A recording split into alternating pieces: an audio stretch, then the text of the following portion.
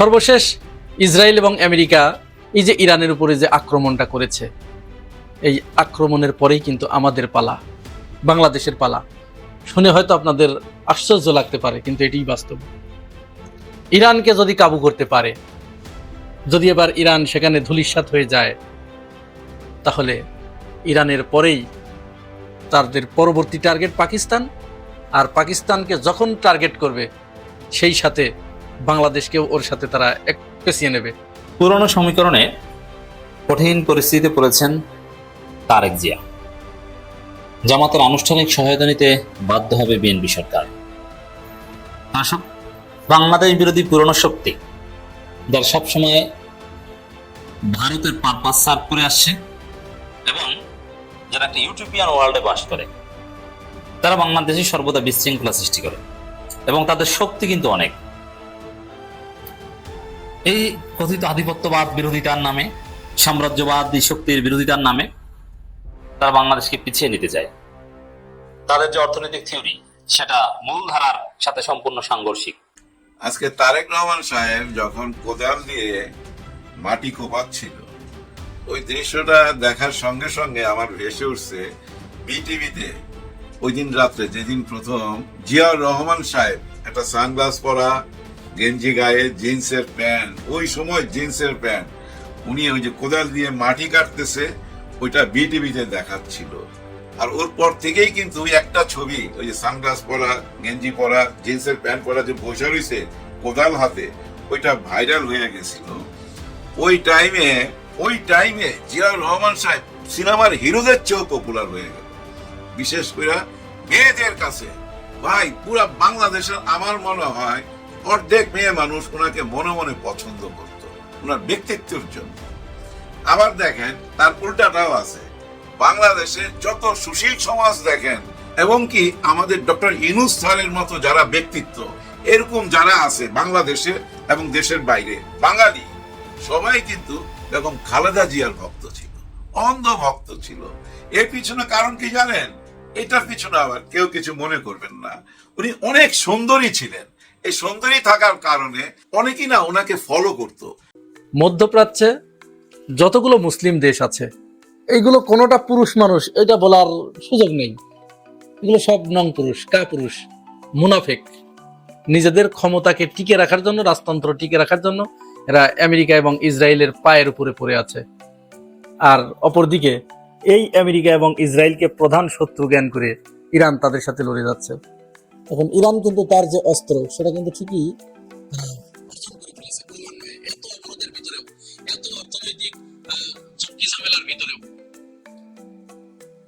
পাকিস্তানও তারা পারমাণবিক অস্ত্রের অধিকারী।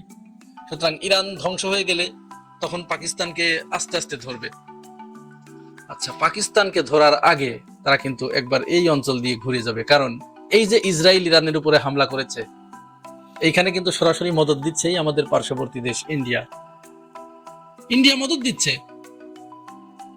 এবং তারা মনে প্রাণে চাচ্ছে যে ইরান যাতে হেরে যায়। ইরান হেরে গেলেই ভারতের, তাদের যে অখণ্ড ভারত প্রতিষ্ঠার যে স্বপ্ন, এটা কিন্তু বিরাট। এই আফগানিস্তান, পাকিস্তান, বাংলাদেশ, নেপাল, শ্রীলঙ্কা, মালদ্বীপ, এই পুরা অঞ্চলটা নিয়ে তার অখণ্ড ভারত প্রতিষ্ঠার বিরাট খায়েশ। এই খায়েশ পূরণের জন্য তারা কিন্তু এই চাণক্যের কাছে ফিরে গেছে। চাণক্যের যে অর্থনীতি, চাণক্যের যে কুটিল শাস্ত্র, এখানে তারা ফিরে গেছে।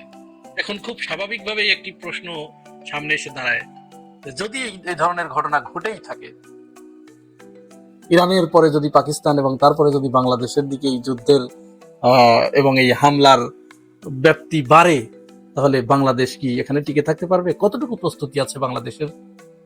না, আপাত দৃষ্টিতে বাংলাদেশের বিন্দুমাত্র প্রস্তুতি নেই। কারণ কি জানেন কেন এই প্রস্তুতি নেই? হ্যাঁ, বাংলাদেশ কিন্তু একটা সময় তার আকাশ প্রতিরক্ষা, তার স্থল প্রতিরক্ষা, এই দিকে একটু মনোনিবেশ করেছিল। আপনারা জানেন যে স্বাধীনতার পরে ভারত কিন্তু বেশ কিছু শর্ত দিয়েছিল শেখ মুজিব সরকারকে, যে বাংলাদেশে কোনো স্থায়ী সেনাবাহিনী থাকতে পারবে না। প্রথম শর্ত, বাংলাদেশে কোনো স্থায়ী সেনাবাহিনী থাকতে পারবে না। 25 বছর মেয়াদী যে গোলামীর চুক্তি করেছিল, এটি আপনারা সবাই জানেন। তাজউদ্দিন আহমেদ যখন এই চুক্তি করেছিল, তখন সৈয়দ নজরুল ইসলাম অজ্ঞান হয়ে পড়ে গিয়েছিল। এই চুক্তি দেখার পরে তাদের এই পরিকল্পনা ছিল। এরপরে এইখান থেকে আমরা এই যে হোসেন মোহাম্মদ এরশাদ, এই লোকটাকে আমরা যতই সে স্বৈরাচারের দোষর প্রকার যাই হোক, এই লোকটা কিন্তু একটু বেরিয়ে এসেছিল এর ভিতর থেকে। বাংলাদেশের সেনাবাহিনীতে যাই যে আধুনিক কিছু অস্ত্র প্রবেশ করেছে তার সময় থেকে। এরপরে যেটা হয়েছে, আকাশ প্রতিরক্ষা ব্যবস্থার যে সুযোগ সুবিধা, এগুলো যখন গ্রহণ করতে গেছে, ভূমি থেকে ভূমিতে নিক্ষেপযোগ্য কিছু মিসাইল, কিছু ক্ষেপণাস্ত্র, কিছু রকেট, এইগুলো যখন কিনতে গেছে, তখনই আমাদের দেশের যারা বাম প্রগতিশীল, এরা মূলত বাম প্রগতিশীল মানে এই কথাটা শুনলেই আপনারা মনে করবেন যে এরা ভারতের দালাল, এখানে ভারত তাদেরকে এখানে এনে বসিয়ে রেখেছে। সাথে সাথে তারা লাভ দিয়ে ওঠে, একেবারে চিল্লা পাল্লা শুরু করে শাহবাগে এসে, হ্যাঁ আমরা খেতে পারি না, অস্ত্র নিয়ে কার সাথে যুদ্ধ করব। এই কয়েকদিন আগে এই যে ইরানের উপরে হামলা করার পরেও এই বাংলাদেশের কিছু মানুষ, মুসলিম তারা ইরানকে কি গালিগালাজ করেছে, গাল বন্ধ করেছে ইরানের বর্তমান শাসক গোষ্ঠীকে। এবং তারা এই যে অস্ত্র কেনে, এই অস্ত্র দিয়ে এখন কি করবে, অস্ত্র নিজেরা ভরে নিক, কি জাতীয় কথা। মানে এদের কথা যে তোমরা মার খাও, শুধু মার খাবা বসে বসে, তোমাদের প্রতিরক্ষা ব্যবস্থা লাগবে কেন? কিন্তু ইরান তো আর আমাদের বাংলাদেশের মতো এই মুনাফেকের বাচ্চা না। এই কথাটি আমাদের শিল্পী আসিফ আকবর তিনি খুব চমৎকার করে বলেছেন। তিনি বলেছিলেন যে 120 কোটি ভারতীয়র ভিতরে একজন বাংলাদেশের দালাল নেই, কিন্তু 18 কোটি বাংলাদেশির ভিতরে 5 কোটি ভারতের দালাল আছে, 5 কোটি। এই দালালগুলো কোনোদিন বাংলাদেশ একটু স্বয়ং সম্পূর্ণ হোক এটা কোনোদিন চায় না। বাংলাদেশের উড়োজাহাজের বহরে যদি কোনো MiG-20 বা যুদ্ধ বিমান যুক্ত হতে যায়, এরা বাধা দেয়। যদি কোনো ক্ষেপণাস্ত্র কিনতে চায়, এরা বাধা দেয়। এরা প্রথমে বাধা দিয়ে সারা দেশ তোলপাড় করে ফেলে। কারণ কি? কারণ ভারত ওখান থেকে বলে দেয় এখানে স্বার্থকার। বাংলাদেশে কিন্তু পাকিস্তান কোনোদিন আর আক্রমণ করতে পারবে না, কোনোদিন না। পাকিস্তানের দাদার ক্ষমতাও নেই আর বাংলাদেশে এসে আক্রমণ করা, সে আসবেও না কোনোদিন। তাহলে অদূর ভবিষ্যতে বাংলাদেশ একমাত্র আক্রান্ত হওয়ার সম্ভাবনা এবং হবে, সেটা হচ্ছে এই ভারত। সুতরাং এই বাংলাদেশ যদি তার সক্ষমতা অর্জন করে, ভারতকে ঠেকিয়ে রাখার মতো যদি শক্তি অর্জন করে, তাহলে ভারতের লস। তো ভারত কি বসে থাকবে? এখানে বাংলাদেশের ভিতরে তাদের কিছু গুপ্তচর, অনুচর, এরা প্রগতিশীল। আপনারা শুধু এই কথাটুকু মনে রাখবেন, যারা বলবে প্রগতিশীল বুঝবেন ওই ভারতের মাল। এ মাল বেতন পায় ভারত থেকে, এবং বাংলাদেশের স্বার্থ সংশ্লিষ্ট কোনো বিষয়ে যদি কোনোদিন কেউ সিদ্ধান্ত নেয়, ওরা সাথে সাথে ভারতের পক্ষ হয়ে চিল্লাবে, ওইটা হতে দেবে না। তারপরে বাম যারা আমাদের দেশে, বাম মানেই ভারত। এখানে দুইটা সূত্র আছে, বাম মানে আওয়ামী লীগ, আওয়ামী লীগ মানে ভারত। এইটুকু মাথায় রাখবেন। তো যাই হোক, এই যে একের পর এক এই যে মুসলিম বিশ্বের উপরে যে যুদ্ধ চাপিয়ে দেওয়া হচ্ছে, তাহলে যদি বাংলাদেশের উপরে এসেই পড়ে, এটা দুইটা পথ থাকবে। হয় আমাদের কাপুরুষের মতো মাথা নত করে ওখান থেকে চলে আসতে হবে, আর না হয় প্রতিবাদ করতে হবে। এখন এই প্রতিবাদ করতে হলে তো আমার ন্যূনতম সক্ষমতা লাগে। এই সক্ষমতাটুকু বাংলাদেশকে আজ পর্যন্ত অর্জন করতে দেয় নাই এরা। পাকিস্তানের জনগণ বলেছিল যে আমরা ঘাস খেয়ে থাকবো, তবু আমাদের পারমাণবিক অস্ত্র লাগবে। তারা কিন্তু অর্জন করতে পেরেছে। ইরানের জনগণও তারা বলছে আমরা ঘাস খেয়ে থাকবো, ভাত খাবো না, ঘাস খাবো।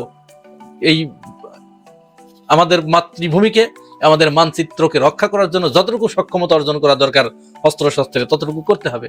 তারা করতে পেরেছে। ইরান অলরেডি পারমাণবিক অস্ত্র তৈরি করে ফেলেছে, তাদের হাতে আছে। এবং ইরান থেকে ইসরায়েল এবং আমেরিকা মার খেয়ে কানতে কানতে ফিরে আসবে। দেখেন, আপনারা খালি একটু সময় দেন, একটু অপেক্ষা করেন। ট্রাম্প বলেছিল না যে ইরান হেরে গেছে, ইরানকে 2 দিনের ভিতরে শেষ করে দেব। 2 সপ্তাহ কিন্তু হতে চললো, আরো অন্তত 2 সপ্তাহ যুদ্ধ চলবে। ইতিমধ্যে ট্রাম্প কিন্তু বিভিন্ন জায়গায় পায়ে ধরা শুরু করেছে। রাশিয়ার মাধ্যমে চীনের পায়ে ধরেছে যে তাড়াতাড়ি যুদ্ধ বিরতি করো, বাঁচতে পারতেছি না। এখান থেকে তাকে নাকে খত দিয়ে উঠে যেতে হবে। এই ইসরায়েল হয়তো খুব তাড়াতাড়ি যে কোনো দিন বলে ফেলতে পারে, সৌদি আরবেও নবী মোহাম্মদের আগমনের আগে সেখানে ইহুদিদের সংখ্যাধিক্য ছিল, প্রচুর ইহুদিদের বসবাস ছিল, সুতরাং সৌদি আরব আমাদের ওখানে হামলা করতে হবে এবং ওইটা আমাদের দখলে নিতে হবে। এটি যদি বলে তারা আক্রমণ করে ফেলে, কিচ্ছু করা থাকবে না, কারণ এরা তো মানুষ না, এরা তো, এদেরকে মানুষ বলা চলে না, মানুষ মুনাফেক, এগুলো সবগুলো মুনাফেক। এবং আমেরিকার পাও টিপবে, আর ওরা যা দেবে ওই ছোলা কোলা টোলা যা দেবে ওইটুকু। পুরনো সমীকরণে কঠিন পরিস্থিতিতে পড়েছেন তারেক জিয়া। জামাতের আনুষ্ঠানিক সহায়তা নিতে বাধ্য হবে বিএনপি সরকার।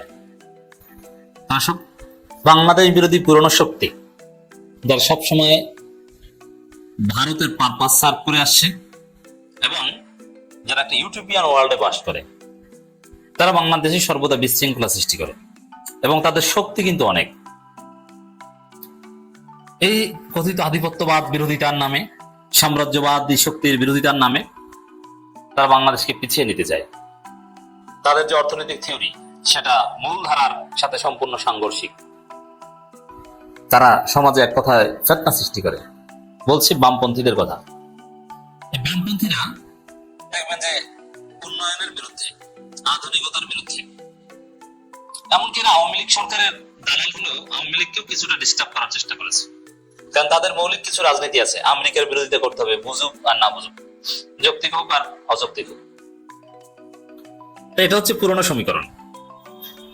সেই সমীকরণ আবারও তারেক রহমানের বিরুদ্ধে জেগে উঠেছে, নানানভাবে তারেক রহমানকে ইরিটেট করা শুরু করেছে। এখন বলবেন যে বাংলাদেশে বামপন্থীরা কি পারে আর তাদের পারা না পারার গুরুত্বটা হচ্ছে তারা আর কি, কিন্তু না, তারা হয়তো সংখ্যায় কম, কিন্তু তাদের গুরুত্ব আপনি দেখেছেন যে জামাত শিবির হাজার হাজার লোক নিয়ে মিছিল করলে পত্রিকার ছোট্ট একটু জায়গায় জায়গা হয়, প্রথম আলো, ডেইলি স্টার সব, প্রথম সারি সব পত্রিকায়। আর ওই বামপন্থীরা ছাত্র ইউনিয়ন, তারা 5 জন নিয়ে মিছিল করলে সাংবাদিক থাকে 15 জন, এবং পত্রিকার প্রথম পাতায় বড় করে খবর ছাপা হয়। এই যে দৃশ্য, এটা রাজনীতিতে যথেষ্ট তাৎপর্য সৃষ্টি করে। মিডিয়ার মাধ্যমে এই পরিস্থিতি তৈরি করা হয়। দেখেন, এখন বিএনপি সরকার মিডিয়া দখল করেছে, সব ঠিক আছে, কিন্তু প্রথম আলো, ডেইলি স্টার তো ভারতপন্থী এডিটোরিয়াল পলিসি নিয়ে তারা তাদের মতোই আছে। প্রথম আলো, ডেইলি স্টার এরা আওয়ামী লীগ আমলও যেরকম ছিল, ইউনূস আমলও সেরকম ছিল, এখনো সেরকম আছে। এরা ওই বামপন্থীদের নিয়ে খেলবে এবং তারেক সরকারকে বেকায়দায় ফেলার চেষ্টা করবে। হ্যাঁ, অলরেডি শুরু করেছে। এটা পুরনো দৃশ্য, এটা হাসিনার বিরুদ্ধেও করেছে। এখন এই জায়গায় হাসিনা তো মহা শক্তিশালী কিছু ছিল, এখন বিএনপির পাশে কে দাঁড়াবে? বিএনপি জামাতের সহায়তা নিতে বাধ্য হবে। দেখেন খবর, যুক্তরাষ্ট্রের সঙ্গে বাণিজ্য চুক্তিতে জড়িতদের শাস্তির আওতায় আনতে হবে আনু মোহাম্মদ। এই আনু মোহাম্মদরা ব্যক্তিগতভাবে তেমন কিছু না হলেও এরা প্রথম আলো, ডেইলি স্টার, প্রথম আলো, ডেইলি স্টার রাষ্ট্রের ভিতরে রাষ্ট্র, এদের অনেক পাওয়ার।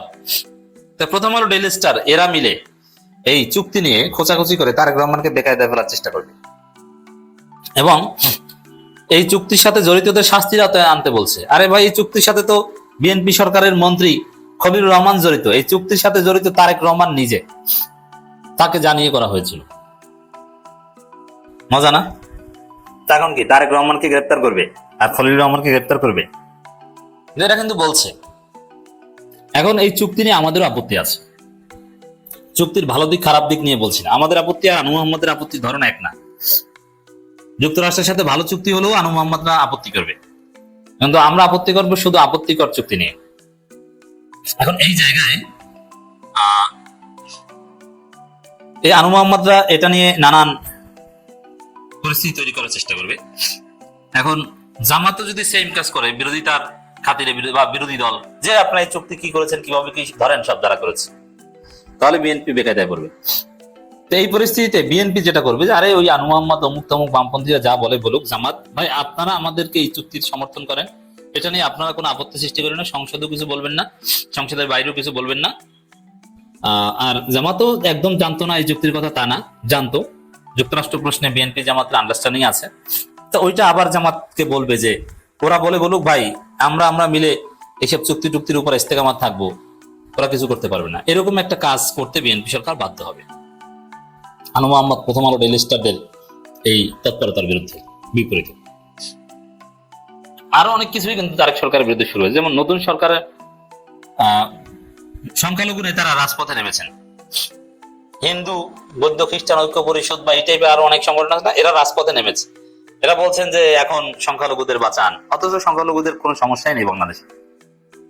তো রাজপথে নামা মানে কি? ভারতীয় মিডিয়ার হাতে কিছু কন্টেন্ট তুলে ধরা যে বাংলাদেশের অবস্থা ভালো না, হিন্দুরা রাজপথে নেমে গেছে, এখন ভারত এটাকে নিয়ে চাপ দিবে। তারেক সরকারকে চাপ দেওয়ার ইনস্ট্রুমেন্ট খুঁজে পাচ্ছে ভারত, আবিষ্কার করছে হিন্দুদের মাধ্যমে। বাংলাদেশের হিন্দু ভোটাররা মোস্টলি ভারতের নিয়ন্ত্রণে, এমনকি এবার হিন্দু ভোটাররা ভোট দিয়েছে বিএনপিকে। এটা ভারত বলেছে, তারপরে দিয়েছে, ভারত থেকে মেসেজ দেওয়া হয়েছে, তারপরে তারা দিয়েছে। তার মানে ভারতের কথার বাইরে তারা যায়নি। এমনি কিছু ব্যক্তিগতভাবে স্বাধীন হিন্দু আছে, দ্যাটস ডিফারেন্ট, বাট ওভারঅল হিন্দুদের 90% ভোট ভারত যাকে বলবে তাকে। তো এখন হিন্দুদের মাঠে নামতে বললে মাঠে নামবে, এভাবে তারেক সরকারকে ইরিটেট করবে। যুক্তরাষ্ট্রের সঙ্গে বাণিজ্য চুক্তি করে অন্তর্বর্তী সরকার বাংলাদেশের হাত পা বাঁধা অবস্থায় ফেলে গেছে। চুক্তির সঙ্গে যারা জড়িত তাদের নাম প্রকাশ করে বিচার ও শাস্তির আওতায় আনতে হবে, এমনটা জানিয়েছেন অর্থনীতিবিদ অধ্যাপক আনু মোহাম্মদ। আরে ভাই, তারেক রহমানও জড়িত, খলিল রহমানও জড়িত, এখন বলেন পারলে। এখন প্রথম দিকে তো এটা বলে, সামনে এটা করবে, তারাও করবে, কারণ এরা কিন্তু অনেক ভয়ানক কাজ করে। জামাত শিবিরকে হত্যার আহ্বান জানিয়েছিল আনু মোহাম্মদ, যে এদেরকে কেন হত্যা করা হয় না, এটা কেন স্বাভাবিকভাবে করছে। আনু মোহাম্মদ বলেন, বিএনপি নির্বাচনে সবার আগে বাংলাদেশ, প্রধানমন্ত্রী তারেক রহমান যদি সত্যি মনে করেন যে সবার আগে বাংলাদেশ, হ্যাঁ, এখানে এই চুক্তি নিয়ে আমাদের যথেষ্ট সমালোচনা আছে, আমি সেদিকে যাচ্ছি না এই আলোচনা। অ্যাটলিস্ট তৎকালীন সরকার ও বর্তমান সরকারের কতিপয় ব্যক্তির তৎপরতায় হতাশা প্রকাশ করে, এই যে বর্তমান সরকারের কথাও কিন্তু আছে, দেখছেন, বর্তমান সরকারের কতিপয় ব্যক্তির তৎপরতায় হতাশা প্রকাশ করে অর্থনীতিবিদ জানান, এখন পর্যন্ত বাংলাদেশে এই চুক্তির সঙ্গে সম্পর্কিত তৎপরতায় তারা যেটা দেখছেন সেটা হচ্ছে সবার আগে যুক্তরাষ্ট্র তার এই অবস্থার পরিবর্তন চান। সবার আগে যুক্তরাষ্ট্র মানে আমেরিকার দালাল, অমুক তমুক সাম্রাজ্যবাদের পৃষ্ঠপোষক, আমেরিকার কাছে বাংলাদেশ বিক্রি করে দিয়েছে, এই হবে না সে, এটা নিয়ে রাজপথে নামবে। এই সিপিবি, আনু মোহাম্মদরা, ছাত্র ইউনিয়ন, লাকি আক্তাররা, শাহবাগীরা বিএনপিকে যথেষ্ট ভোগানোর চেষ্টা করবে। শাহবাগীরা অচিরেই দেখবেন যে বিএনপি সরকারের বিরুদ্ধে রাজপথে নেমেছে, তখন পরিস্থিতি উত্তরণের জন্য জামাতের সহায়তা চাওয়া ছাড়া কোনো উপায় বিএনপির থাকবে না, বাধ্য হবে। এবং অলরেডি শুরু হয়েছে, শাহবাগীরা বিভিন্ন ধরনের কুৎসা রটাবে তারেক সরকারের বিরুদ্ধে, ভারত থেকে কুৎসা প্রচার করা হবে, তখন সেগুলো ডিবাং করতে জামাত শিবিরকে লাগবে, এবং অলরেডি লেগেছে। এইসব চুক্তি নিয়েও ভালো বেকায়দায় পড়বেন ডেফিনেটলি। তখন সংসদে যেন এই বিষয়ে কোনো কথা না হয়, সে বিষয়ে জামাতের কাছে আবার আনুষ্ঠানিক সহায়তা চাইতে বাধ্য হবেন তারেক রহমান, বিএনপি। তো দর্শক, হ্যাঁ, চুক্তি নিয়ে জামাতেরও আপত্তি থাকতে পারে, তবে এই সিপিবি, শাহবাগী, বামপন্থী, ভারতপন্থীদের বিরুদ্ধে বিএনপি জামাত যেন এক থাকে, আমাদের প্রত্যাশা হবে এটা। আজকে তারেক রহমান সাহেব যখন কোদাল দিয়ে মাটি কোপাচ্ছিল, ওই দৃশ্যটা দেখার সঙ্গে সঙ্গে আমার ভেসে উঠছে বিটিভিতে ওই দিন রাত্রে, যেদিন প্রথম জিয়াউর রহমান সাহেব একটা সানগ্লাস পরা, গেঞ্জি গায়ে, জিন্সের প্যান্ট, ওই সময় জিন্সের প্যান্ট, উনি ওই যে কোদাল দিয়ে মাটি কাটতেছে, ওইটা বিটিভিতে দেখাচ্ছিল। আর ওর পর থেকেই কিন্তু ওই একটা ছবি, ওই যে সানগ্লাস পরা, গেঞ্জি পরা, জিন্সের প্যান্ট পরা, যে বসে রয়েছে কোদাল হাতে, ওইটা ভাইরাল হয়ে গেছিল। ওই টাইমে জিয়াউর রহমান সাহেব সিনেমার হিরোদের চেয়েও পপুলার হয়ে গেল, বিশেষ করে মেয়েদের কাছে। ভাই, পুরা বাংলাদেশের আমার মনে হয় অর্ধেক মেয়ে মানুষ ওনাকে মনে মনে পছন্দ করত, ওনার ব্যক্তিত্বের জন্য। আবার দেখেন, তার উল্টাটাও আছে, বাংলাদেশের যত সুশীল সমাজ দেখেন, এবং কি আমাদের ডক্টর ইউনূস স্যারের মতো যারা ব্যক্তিত্ব, এরকম যারা আছে বাংলাদেশে এবং দেশের বাইরে, বাঙালি সবাই কিন্তু বেগম খালেদা জিয়ার ভক্ত ছিল, অন্ধ ভক্ত ছিল। এর পিছনে কারণ কি জানেন? এটার পিছনে আবার কেউ কিছু মনে করবেন না, উনি অনেক সুন্দরী ছিলেন। এই সুন্দরী থাকার কারণে অনেকেই না ওনাকে ফলো করত, আর ফলো করতে করতে ওনার ভক্ত হয়ে গেছে ওনার কর্ম দিয়া। ঠিক একইভাবে ভাই, আর্মি থেকে আইসা জিয়াউর রহমান সাহেব এই যে বিএনপি দল গঠন করলো, ওই হ্যাঁ না ভোটের মাধ্যমে, গণভোটের মাধ্যমে 1977 সালে 72-এর ওই সংবিধানের মধ্যে রদ বদল কইরা ওনার ওই হ্যাঁ না ভোটটা ঢুকাইয়া দিল। তারপরে উনি ক্ষমতায় আসলো, বিএনপি নামে একটা দল গঠন করলো, সমাজের সমস্ত বিজ্ঞ মানুষগুলারে খুঁজা বাইর কইরা এই দলটা গঠন করলো এবং সুনাম অর্জন করলো। এবং ওনার পপুলারিটি এমন একটা পর্যায়ে চলে গেছে, আপনারা তো দেখছেনই, ওনার মৃত্যুর পর ওনার জানাজাতে কত মানুষ হয়েছিল, তাতেই তো বোঝা যায় দেশের মানুষ ওনাকে কতটা ভালোবাসতো। আবার সেম জিনিসটা দেখেন বেগম খালেদা জিয়া যখন মারা গেলেন, ওনার জানাজায় কত মানুষ, রেকর্ড না ভাই? এই দুইটা জানাজায় ইতিহাসের অংশ হয়ে গেছে, আর ইতিহাসের পাতায় আরেকজনের নাম লেখা হয়ে গেছে। আমার মনে হয় পৃথিবীতে খুঁজলে এরকম ঘটনা খুবই কম, যার বাবা প্রেসিডেন্ট ছিল, মা 3 বারের প্রধানমন্ত্রী ছিল, এবং উনি অত্যাচারিত, অর্থাৎ ওনার উপরে যে অত্যাচার হয়েছিল, জুলুম হয়েছিল, এই ব্যাপারটা তো আমরা সবাই জানি। তারপর ওনাকে চলে যেতে হলো লন্ডনে। ওই লন্ডনে থাইকেই দেখেন এই দেশের সাথে সম্পর্ক রাখলো। ওই টাইমে কিন্তু শেখ হাসিনা বলতো, আয় না বেটা, দেশে আয় না, আয়। কিন্তু দেখেন ভাগ্য ওনাকে কোথায় নিয়ে আসছে, উনি কিন্তু আজকে প্রধানমন্ত্রী। তার মানে কি ইতিহাসের পাতায় ওনার নাম উঠে গেছে। এখন আসেন, এই ইতিহাসের পাতা থেকে বিদায় নিবার সময় উনি কিভাবে বিদায় নিবেন, সেটাই হলো বড় প্রশ্ন। আমাদের দেশের অতীতের দিকে যদি তাকান, এই দেশের প্রথম বঙ্গবন্ধু শেখ মুজিবুর রহমান সাহেবের বিদায়টা দেখেন, ঘরের সিঁড়িতে ওনার লাশ পইরা ছিল। আমাদের প্রেসিডেন্ট শহীদ জিয়াউর রহমানের বিদায়টা দেখেন, চিটাগাং গেছিল মিটিং করতে, ওইখান থেকে আর ফেরত আসলো না। এরপরে দেখেন আমাদের এরশাদ সাহেবের বিদায়টা, ওনার বিদায়টা কিন্তু টেনে হিসড়ে ওনাকে নামানো হয়েছে। তারপরে যতদিন জীবিত ছিল উনি আমার পালায়া যায় নাই, জেল খাটছে 5 বছর, পালায়া যায় নাই। ওই জেল খাটার কারণেই দেশে থাকতে পারছে, কিন্তু সারা জীবন তাকে শুনতে হয়েছে স্বৈরা শাসক, স্বৈরা শাসক। এই বদনামটা তার ছিলই তো। এরপরে আসেন একেবারে মোটা দাগে 5ই আগস্টে, এখানে দেখেন আওয়ামী লীগের বিদায়। এই বিদায় নিয়ে আর নতুন করে আলোচনা করার কিছু নাই। এই যে আমি বিদায়গুলো উল্লেখ করলাম কেন, এটার জন্য উল্লেখ করলাম যে এখন আমরা কিভাবে বিদায় দেখুন। এই বিদায়টা তো ভাই সুন্দর হইতে হবে। ইতিহাসের পাতায় তো নাম উঠে গেছে, জীবনে আর কি চাওয়ার আছে? মা ছিল প্রধানমন্ত্রী, বাবা প্রেসিডেন্ট, ওনার সন্তান আপনি। এখন আপনার কাছে জনগণ কি আশা করে, এটা কি আপনি বুঝতেছেন না? নিশ্চয়ই আপনি বুঝতেছেন। জনগণের সবচেয়ে বড় অধিকার কোনটা, সেটা আপনি কি বুঝেন না? নিশ্চয়ই বুঝেন। আমরা 68% মানুষ, দেশের 68% মানুষ গণভোটের সাথে জড়িত, হ্যাঁ ভোটের সাথে জড়িত, নতুন একটা বাংলাদেশের সাথে জড়িত, সংস্কারের সাথে জড়িত। এই সংবিধান ফেলে দিতে বলে নাই, কিন্তু এই সংবিধানে রদ বদল করতে বলছে। যেভাবে আপনার পিতা করছে ঠিক সেভাবে রদ বদল করতে বলছে। তার মানে কি 72-এর সংবিধান 77-এ রদ বদল হয়েছে, আবার এখন হইলে অসুবিধা কি?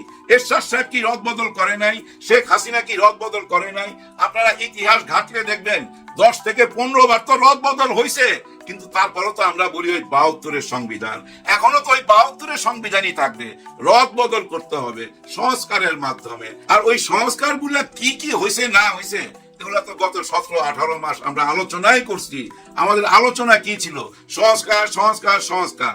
এরপরে নির্বাচন, নির্বাচন, নির্বাচন। অতীতে সরকারের মুখে শুনতাম উন্নয়ন, উন্নয়ন, উন্নয়ন। এখন আইসা শুনতেছি সংবিধান, সংবিধান, সংবিধান। এই সংবিধান মাইনেই চলতে হবে। এই সংবিধান কি বালুর ট্রাক, যে একে সরানো যাবে না, একে বদলানো যাবে না, সেইটা দূরে নেওয়া যাবে না? আমি বুঝলাম না, এটা কি বালুর ট্রাক নাকি? নিশ্চয়ই এটা তো বালুর ট্রাক না এই সংবিধান, যেটাকে সরানো যাবে না। ভাই ব্রাদার, আপনারা একটুখানি চিন্তা করেন, খালি একটু ভাইবা দেখেন তো, এই সংবিধান কত খারাপ সংবিধান। যে সংবিধান একজন রাষ্ট্রপতিকে, একজন প্রেসিডেন্টকে, একজন রাষ্ট্রপতিকে হাতে পায়ে বাইন্ধা মানুষের সামনে বেজ্জতি করে, এই সংবিধান। তাই না ভাই? দেখেন উনি যে ভাষণ দিছে এই সংসদে, ওই ভাষণ নাকি উনার না, ওইটা লেখা দিছে আরেকজনে, যার জন্য উনি বলছে ওই ভাষণেতে উনি একটা বারের জন্য সংবিধান মাইনা শেখ মুজিবুর রহমান, বঙ্গবন্ধু শেখ মুজিবুর রহমানের নামটা নেয় নাই। এখন সবাই বলা বলি করতেছে যে এটা তো উনার ভাষণ না, ওনাকে যেটা লেখা দিছে বিএনপির পক্ষ থেকে সেটাই উনার ভাষণ। কিন্তু বিএনপি কেন ইতিহাস বদলায় ফেলবে? বঙ্গবন্ধুর নাম কেন আসবে না? সংবিধানই তো আছে।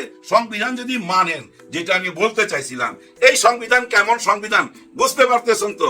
দেশের সর্বশ্রেষ্ঠ মানুষটাকে, একদম দেশের উপরের মানুষটাকে কিভাবে নাকে দড়ি দিয়া ঘুরায় এই সংবিধান, আপনারা নিজেরাই বুঝে নেন। কোনো ক্ষমতা নাই উনার, কোনো ক্ষমতা নাই।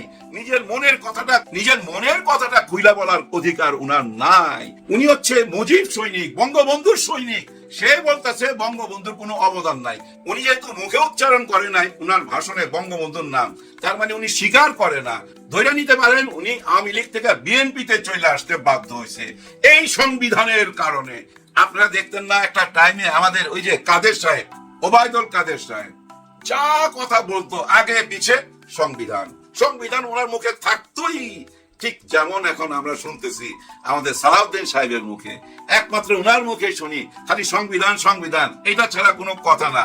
অথচ উনি মাননীয় স্বরাষ্ট্রমন্ত্রী, গতকালকে দেখেন উত্তরা একটা মার্কেট, বিরাট বড় মার্কেট, 200 দোকান ছিল, ভাঙ্গা চুরা লুটপাট হয়ে গেছে। হায় হায়, ঈদের আগে ভাই 200 পরিবারের স্বপ্ন ধূলিসাৎ হয়ে গেছে। উনার তো চলে যাওয়া উচিত ওই মার্কেটের সামনে, কিন্তু না, উনি সংবিধান নিয়েই বুঝাইতেছে। কারণ কি জানেন, বিএনপির মধ্যে আমার ব্যক্তিগত ধারণা, সবার প্রতি শ্রদ্ধা রেখাই বলতেছি, উনি বোধহয় একমাত্র এই সংবিধানটা সবচেয়ে ভালো বুঝে। আর সবচেয়ে ভালো বুঝে বললেই কিন্তু এখন দেখেন উনি এই জেনারেশনের কাছে হাসির পাত্র হয়ে দাঁড়াইতেছে। সবাই ওনাকে নিয়ে ট্রল করতেছে, ওনাকে ওই ওবায়দুল কাদেরের সাথে আইনা একসাথে অতীত আর বর্তমান মিক্স করে ভিডিও ছাড়তেছে। এই যে এসব ঘটনাগুলা ঘটতেছে, এগুলা কিন্তু মানুষের মনের ক্ষোভ, হ্যাঁ মনের ক্ষোভ, ভিতরে ক্ষোভ। কিন্তু কারণ কি জানেন, এটা তো এমন কিছু না যে ও মা ও বাবা আমার ঈদের কাপড় দিবা না। বাচ্চারা যেভাবে আবদার করে মা বাবার কাছে, আমার ঈদের কাপড় কই, আমার ঈদের জামা কই, আমার ঈদের জুতা কই, এটা কি তেমন ব্যাপার হয়ে গেল? হ্যাঁ তেমনই ব্যাপার হয়ে গেছে এই গণভোটের ব্যাপারটা। কারণ দ্বিতীয় দিনে, অধিবেশনের দ্বিতীয় দিনে সংসদে দেখছি ভাই অনেকটা অসহায় ছিল বিরোধী দল। একজন শিশির মনিরের খুব অভাব ফিল করতেছিলাম, জবাব দেওয়ার জন্য একজন শিশির মনিরকে দরকার ছিল। সালাউদ্দিন সাহেব যখন বুঝাইতেছিল না, বারবার বুঝাইতেছিল, উনি কিন্তু শুধু মুখে বলে না, কথার মধ্যে আবার তথ্য দেওয়া যায়। সংবিধানের কত পাতায় কত পৃষ্ঠায় কি কি লেখা আছে সমস্ত কিছু উদাহরণ দেয়। 106, 109, 32, 45 এরকম উদাহরণ দিয়ে দিয়ে কিন্তু উনি কথা বলে। কিন্তু ওনার কথা শেষে যখন বিরোধী দলকে কথা বলার সুযোগ দেওয়া হয়, তখন বলার মতো তেমন কাউকে পাই না। একজনকে পাইছি, উনি হচ্ছেন আমাদের নিজামী সাহেবের ছেলে ব্যারিস্টার মামুন সাহেব। উনি উত্তর দিছে, খুব কায়দা করে উত্তর দিছে, কিন্তু শিশির মনির সাহেবের অভাবটা ফিল করতেছিলাম। আজকে যদি উনি ফেল না করতো, গরম কইরা ফালাইতো উনি। হ্যাঁ ভাই, উনার যুক্তি তর্কের কাছে কেউ টিকতো না, যার জন্য হয়তো ওনার এলাকার লোক ওনাকে ভোট দেয় নাই। ওনারা চায় নাই সংসদে এরকম একটা আগুনের গোল্লা যাক, যা সবকিছু ছাড়খাড় করে দেখ। যাই হোক, আশ্বাস করে কোনো লাভ নাই। বিদায়ের আগে শুধু আমি বলবো, আপনি হচ্ছেন ইতিহাসের অংশ। মাননীয় প্রধানমন্ত্রী তারেক রহমান সাহেব, আপনি ইতিহাসের অংশ। আপনার হাতে আপনার বাবার ইজ্জত, আপনার মায়ের ইজ্জত। হ্যাঁ, আপনার মা যেভাবে দেশ চালাইতে চাইছে, আপনার বাবা যেভাবে দেশ চালাইতে চাইছে, সেই ফর্মুলাতেই আপনি দেশ চালান। দেখেন নাই হাদির বক্তব্যের মধ্যে বারবার উঠে আসতো আপনার মার নাম, আপনার বাবার নাম। কেন? কারণ কি? কারণ একটাই, উনারা জনগণের পক্ষের ছিল, জনগণের মনের কথা বুঝতো। আর বুঝতো বলেই তো আপনার আম্মা বলছিল, জনতার সরকার যেদিন যাবে সেদিন এই সংবিধান ছুঁইরা ফেলে দিবে। যেমন ভাবে আপনার বাবা বাকশালের সেই সংবিধান, বঙ্গবন্ধুর সেই সংবিধান ছুঁইরা ফেলে দিতে যায়, আবার রাইখা দিছিল রদ বদল কইরা, ঠিক তেমনি ভাবে আপনি এই গণভোটের অধিকারটাকে দিয়ে রদ বদল কইরা নতুন সংবিধান বানায়া, অর্থাৎ এই গণভোটের মধ্যে যা যা লেখা আছে সবকিছু পালন করতে হবে।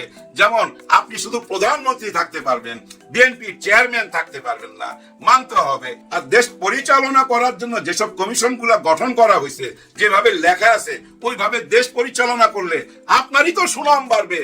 গণতন্ত্রকে মানুষের কাছে ফিরিয়ে দেন, মানুষের অধিকারকে মানুষের কাছে ফিরিয়ে দেন। এখন যে আচরণ করা হচ্ছে, এই আচরণে কি মনে হয় জানেন? স্বৈরা শাসক মনে হয়। হ্যাঁ, কারণ কি জানেন, ওই সংবিধানটা স্বৈরা শাসকের জন্ম দিছিল, যার জন্য আমাদের ভয় ডর লাগে যে ওর মধ্যে দিয়ে আবার নাকি স্বৈরা শাসক চলে আসতে তো পারে, যার জন্য বদলাইতে হবে, জবান ঠিক রাখতে হবে। আপনি একজন মুসলমান হয়ে আপনি কথা দিচ্ছেন, নিশ্চয়ই আপনি কথা দিচ্ছেন, আপনি হ্যাঁ ভোট চাইছেন, মঞ্চে দাঁড়ায়া জনগণের সামনে হ্যাঁ ভোট চাইছেন। এই যে প্রবাসী ভাই বোনেরা যারা আছে, অনেকেই তখন কমেন্ট করতো, এই যে আমাদের তারেক রহমান সাহেব একটা ভালো কাজ করলো, উনি হ্যাঁ ভোট চাইছে, আপনার পক্ষে চলে আসছে। এই হ্যাঁ ভোটে অনেকেই ভোট দিছে। আপনি ভোট চাওয়ার কারণে সেটা থেকে কেন আপনি দূরে সরে যাবেন? সেটা থেকে দূরে সরে গেলে জনগণের কাছ থেকেও দূরে সরে যাবেন। কখন দূরে সরে যাবেন আপনি নিজেও জানবেন না, নিজেও বুঝতে পারবেন না। ভাই ব্রাদার, আপনারা দেখছেন না দুপুরের খাওয়া রেডি, একদম গরম খাবার। উনি তো জানতেন উনি খাবেন। আমি অতীতের প্রধানমন্ত্রীর কথা বলতেছি, উনি তো জানতে এই খাবারটা আমি খাবো, কিন্তু খবর আসলো আপনার হাতে 45 মিনিট সময় আছে, তাড়াতাড়ি ভাগে। ওই খাবারটা খাইতে পারে নাই। 45 মিনিট আগে উনি জানতো উনি বৈশা খাবে। 4 তারিখ উনি জানতো 5 তারিখে রাত